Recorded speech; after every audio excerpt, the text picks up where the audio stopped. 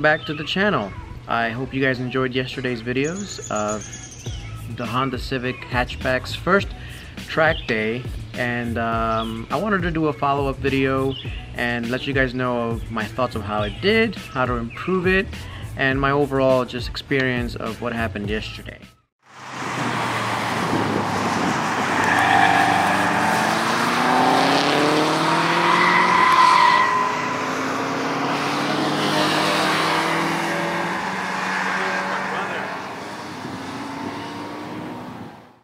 So first I want to thank you for watching my stream. It wasn't as polished as I would like to be. You know, everything's kind of rushed when you're there. You know, you gotta go to a class, then you gotta go to the recon lab, and then you come back and you do another meeting, and then you go out to the first track the first time, and it was raining, so there was, you know, a lot of talking to you. That they give you advice and things like that, so they don't want to see you spin out and hit the wall or something like that. That's the worst thing that can happen.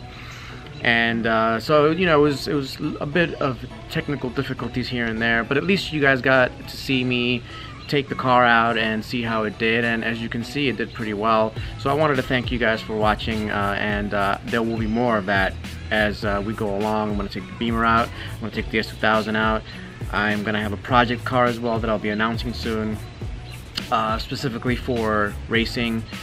Within the next year I will be doing a hill climb, similar to Pikes Peak race, but there's a local one called Duria Hill Climb, and that's in Reading, PA, and I'm definitely going to be doing that either this year if I can. It might be too late for me to do it. If not this year, then definitely next year. So stay tuned for that, and I'll be live streaming as much as I can so you guys can watch it live. And the other thing I wanted to talk to you guys about is how this car did at the track. So as you saw, it was the first session out. It was raining a lot, and this car kept up with every other car in the paddock. You know, we had M3s, we had S2000s, we had all kinds of, you know, crazy modified cars out there, and it kept up just fine. And actually, you know, in the curves, it was passing people. Part of it was due to the fact that this car has street tires, and street tires are better at dealing with the rain than more track-oriented tires, and some of those cars did have track-oriented tires. So you saw me, you know, I was right up behind an M3, and it was an awesome time for me trying to keep up with the M3. And in the straightaways, obviously, the Civic's not going to be able to keep up. However, when I went back to the paddock, you know, a lot of people, the guy in the WRX, there's a guy driving a GTI, they all said that they were very impressed with the car and the way it's, you know, sped up. There was a guy in a Miata as well that I spoke to, and he was very impressed with the way the car just kind of came out of the corner and just, you know, just blew him away. And you know, it's expected. Miata is 110 horsepower or something like that. But it's still an impressive car. It's an impressive feat to see the Civic kind of just pull away from all those, you know, sporty and sports cars. So that's, you know, to the credit of the Civic. And that is, you know, the first thing I wanted to say is the engine of the car, incredible. It's only a 1.5 turbo, but the engine is, you know, awesome. The gearbox attached to the engine, you know, the gearing is kind of, you know, long gears, so that means that, you know, when I was in third, you can basically put it in third and leave it there, and it was such a long gear, you can just leave it there for forever. The problem with that is that if you had shorter gearing, you could accelerate faster on those gears. But, you know, it's a trade-off. You know, if you had shorter gears on the highway, it would net you less miles per gallon. So Honda decided to give it longer final drive ratio, which is fine. So the engine is a gem. It never got overheated. The heat soak, no heat soak issues. I was pretty much consistently getting about up to 110 miles an hour on the main straight, which is not bad at all for what is basically a sporty commuter car. And so engine, beautiful. Chassis and handling, amazing. It's one of my favorite parts of the car, and it always has been, and the track day just confirmed it. The handling, the suspension, the chassis is phenomenal. And I think part of it has to do with the fact that they had to develop the chassis of the hatchback to prepare it for the Type R. and you could see it. I mean, it kept in the curves and the twisties, it kept up with any modified cars. At one point I was chasing a modified Subaru WRX and a modified Legacy. They were making well over 300 horsepower, so obviously in the straights they would pass me, but then in the corners, even with their four-wheel drive, I was able to catch right up to them. I was right up their butts. So you can see that the chassis and the handling and the suspension, perfect. I think the only thing that might improve the handling a little bit is to maybe lower the car a tiny bit, maybe I would say an inch at the most of a drop with a slightly stiffer dampeners would slightly improve it. But if you're trying to improve the car, suspension is probably one of the last things I would do. It is set up nicely, it is set up beautifully, and all the little bumps and undulations never unsettle the car, and that's something really important to note. Because, you know, for example, in Mass 2000, it's way stiffer and way, you know, handles way better than the Civic, but you start hitting bumps mid-turns, it'll get squirrely on you. This car just absorbs it, no problem at all. So, A+ on the handling, A+ on the suspension. Let's talk about the brakes. Now, a lot of you guys that saw me, I just complained about the brakes non-stop. And honestly, I don't think I was 100% fair to the Civic. You know, it is, again, a sporty commuter car. It's not meant to go on the track like I did it. But, you know, the first couple of laps, the brakes started getting hot. You know, and after a while, going from 110 miles an hour down to 40 miles an hour, you know, 5, 6, 7 times within 20 minutes, the brakes are going to start feeling it, especially these tiny brakes. So the front brake diameters on these is 11.1 inches, and the back ones are 10.1 inches. Very small brakes, very small brakes. And for contrast, the Type R brakes, the front Type R brakes are 12.8 inches, and the back are 11.8 inches or something like that. So big difference in braking between the Type R and this hatchback, because the Type R is meant to go on the track. The other thing is that next time, if I were ever to take this Civic on the track again, I would definitely look into upgrading the brake fluid. Right now it has, you know, factory brake fluid. I should upgrade to a better track-oriented brake fluid. That's something that will definitely help the brake pedal not, you know, get so spongy. And what I was talking about when it was getting spongy is, you know, the brake feel was very firm on the car to begin with. After a while, it starts getting spongier, so that means you have to hit the brakes harder and harder for it to do the same effect. Eventually, the brake fluid will actually boil over. And when that happens, you just lose the brakes. It just goes right to the floor. You really have to stomp on it to even get any braking at all. And that's a scary situation. So in order to avoid that mess, I took it conservatively. You know, I still accelerated really fast and got up to speed really fast, but at the end of the straights, I would brake early and just start pumping the brakes, so that, you know, all that heat was not transferred directly to the brakes in a short amount of time. I would brake, and that slowed me down a lot. But considering even that, in the twisties, when you know, in the turn section, I was able to catch up with a lot of cars. It was very impressive. So the brakes do need work if you're going to be tracking this car, which I think a lot of people will. You know, in the future, I think in 2, 3, 4, 5 years time, you're gonna see a whole lot of hatchbacks, Honda Civic hatchbacks on track days, in autocross, things like that. You will need to upgrade your brakes. That's something that you will need to look at. I do recommend either getting the SI upgrade. It's about it's like 10 inches bigger in the front, and at least do the fronts if you're not gonna do the backs. But I will do the front and back, because the backs are like little coasters. I don't know what they were thinking with those back brakes, back rotors. So I would definitely consider doing the SI big brake kit, or if you can swing it, find the Type R big brake kit, put it on here. This will brake real nice. The tires, people were commenting that the tires are squealing too much. Actually, I don't think they were squealing too much. It's a front-wheel drive car. The car is gonna push, right? It's gonna understeer.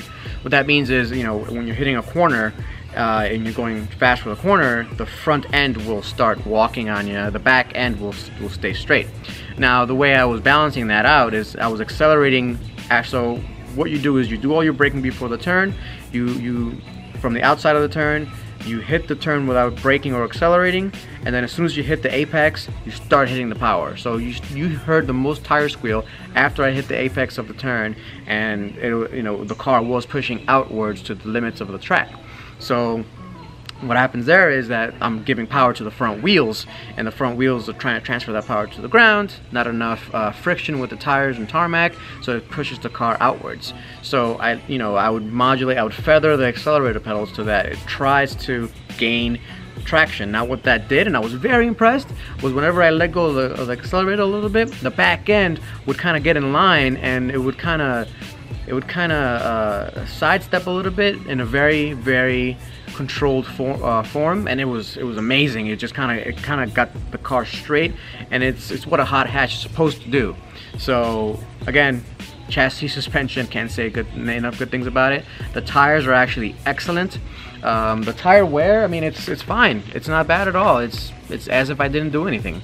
So I mean, part of that has to do with the fact that the track was wet. I mean, I'm sure if it was a completely dry track day, it would be a different story. But tire wear was perfectly fine. I drove home like if nothing ever happened. So that's the tires. The wheels, I mean, the wheels are fine. The wheels and tires, they're big enough. I think the traction is there. It just needs the brakes. Now, one thing I did want to complain about a little bit as well is the shifter. Now, the shifter, I thought was a good shifter when I was driving on the streets. You feel pretty good using it. But when you're out the track, it's not precise enough. That's just the truth of it. I had 2 missed shifts. Obviously, driver error. I should be able to, not do that. But I don't get missed shifts with the S2000. I don't get missed shifts even with the Prelude. So it is because this stick shift is very plasticky feeling. And Winding Roads, that YouTube channel, had a video on this Civic, and they said that was one of their complaints. They're kind of right. It's an excellent shifter for the street. Don't get me wrong, and it's great. But when you're in the track and you can't hear your exhaust because it's too quiet of an exhaust, that's my other complaint. And you're trying to just catch up to the next car. You're not thinking about where the next gear is. You just know that you got to grab the next gear. You go from second to third, so you grab second to third and you push, and you end up in 5th. I'm sorry, yeah, 5th gear. So into the third, you get a 5th, and then you're bogging down and you're slow. I'm like, oh damn it, I was trying to catch that, GTI or whatever it is, and he's getting away from me. So that was one annoying thing that I found. Also, I was trying to shift from 3rd to 4th once, and I shifted from 3rd to 2nd. Partly because my seats, so the seats, very comfortable, very good, kind of, nicely bolstered for decent canyon carving. Not great for the track, and that's not a surprise. I knew that was gonna happen, and then, so you end up sliding around. You saw, I don't know if you saw on the camera, whenever I turned, I would definitely turn with the car because the seat itself would slide my butt around, and I would have to brace myself with my left foot against the dead pedal there. So that's one way to do it. But when I needed to shift, I had to use all 4 appendages. I went ahead and shifted and shifted around. My body shifted around, and you saw that in the video a little bit. And then I ended up missing a couple of shifts. Now, I didn't over rev. Thankfully, I'm aware enough where I knew where the stick shift was, but that's something to keep in mind when you go track your car. And I do recommend that you do track your car, whatever car you have. We had a Mercedes CLA, one of those wagon things out there. That guy had a blast. We had an old, 2003 325i BMW. He was slow, but it wasn't the BMW's fault, and he had a lot of fun. We had Miatas, we had Porsches, we had, any car that's not an SUV or a crossover, take it to the track. It is the most fun I've ever had. I don't think I'll ever go to a theme park again. Any chance I get, I will go to a track day. I'm actually going to be signing up for more track days, a couple of autocrosses, and definitely going to be doing a race with the S2000. So I'll be prepping that, and I'll be making videos with that as well. But back to the Civic. Other than that, other than what I said, my complaints are the stick shift, the seats, the brakes. Oh man, the brakes. And yeah, that's really the only things that I would improve to have a lot of fun with this car on the track. And honestly, I think with those little upgrades, you can probably be pretty competitive. You know, you do those little upgrades, do a Honda tune, do the conservative one so you don't kill the engine, like I've seen some people do on YouTube. I would definitely recommend this car for anyone that wants to do autocross, that wants to have some fun on the track days, that wants to go canyon carving. This is an awesome car, and then, you know, take it to the commute the next day, no problem at all. It's just a great car. I mean, I packed away. You saw what I packed away. I had a cooler full of stuff. I had a canopy in case I needed it, and it was just a great car, and I can't recommend it enough. Alright guys, the video is going a little too long, so I'll cut it here. If you guys have any questions, as always, please put it in the comments below. Here's my question to you. What car do you own that you think you can take it to the track? Put it down below, and I want to see what you guys have. Alright guys, thanks for watching, and I'll catch you guys next time. Peace.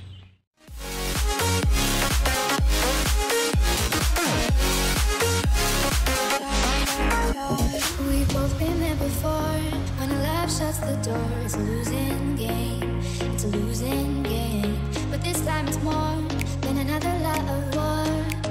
This ain't the same, this ain't the same, they say.